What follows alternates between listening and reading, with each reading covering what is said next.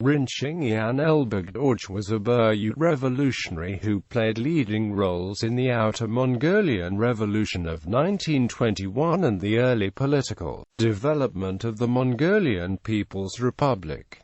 Early life and career. Elbegdorj was born on May 16, 1888 into a herding family in Bargazinsky district, Transbaikal. He became a communist around 1910 while studying at St. Petersburg State University. He then moved to Troitsk, where he wrote for a local newspaper and traveled throughout Mongolia, becoming involved in clandestine Mongolian revolutionary activities. Elbegdorj befriended a young Korlagyan Khybalsan in Irkutsk between 1914 and 1918 and became a strong early influence on future Mongolian leader. Revolution of 1921. By 1920, Elbegdorj's connection to Mongolian revolutionary groups and his expertise on Mongolian affairs made him an indispensable part of Soviet efforts to steer Mongolia's early revolutionary development. In 1920 he organized the first meetings between Mongolian revolutionaries and members of the Revolutionary Military Committee of the Fifth Red Army, and acted as the group's Russian interpreter. He also accompanied delegates Solyan Danzin and Damban Chagdarjev to Moscow, where they met Russian Communist leader Nikolai Bukharin. He was also a guiding presence at the first secret meeting of the Mongolian People's Party held in Troitsk from March 1 to 3, 1921, where the Provisional Revolutionary Government of Mongolia was established. Following the Outer Mongolian Revolution of 1921, Elbegdorj was appointed head of the Mongolian Army Training and Education Department. Along with Khybalsan, he established the radicalized Mongolian Revolutionary Youth League, through which he exerted a strong influence on the political orientation of Mongolian revolutionary policy in its early years. By this time he was recognized as one of the leading figures of Mongolia's revolutionary government, and with the backing he enjoyed from Moscow, he came to dominate the political scene in Ulaanbaatar, often emerging as victor from party infighting. In 1922 he successfully collaborated with Solyan Danzin and Damdin Sukbator to eliminate Prime Minister Dogsman Bodu in a power struggle. Third Party Congress of 1924.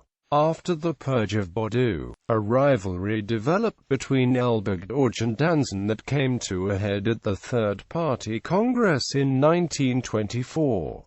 Danzin had angered Elbegdorj and the Comintern when he sought to reduce the number of Soviet advisors in Mongolia, attempted to bring the radicalized Mongolian Revolutionary Youth League under party control, and resisted Soviet advice that Mongolia bypass capitalism and move directly to socialism. Recognized as leader of the party's leftist faction, Elbegdorj joined with rightists under Siran Ochir and Dambadorj to orchestrate Danzin's arrest and execution. At the Third Party Congress, Danzin was officially accused of representing bourgeois interests and engaging in business with Chinese firms. Within a day, Danzin and several colleagues were arrested and executed, sending a shockwave through the party that solidified Soviet dominance of Mongolian politics. In the wake of the Third Party Congress, rightists under Dambadorj assumed control and, during a period later referred to as the right opportunism, promoted rightist policies mirroring Lenin's new economic policy in the Soviet Union. Elbegdorj helped draft the country's 1924 constitution, but soon thereafter saw his influence wane with the appointment of Tura Ariskalov as the new chief Comintern advisor in Ulaanbaatar in 1924.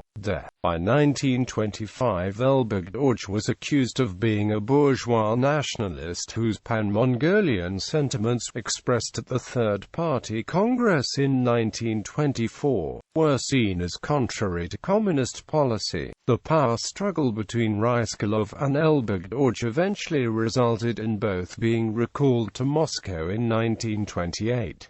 He then taught at the Communist University of the Toilers of the East, training many of the young MPRP members who attended the school. Elbegdorj was arrested in 1937 during the Great Purge, sentenced to death by the military collegium of the Soviet Supreme Court on June 4, 1938 and executed on June 10, 1938. He was rehabilitated in 1957.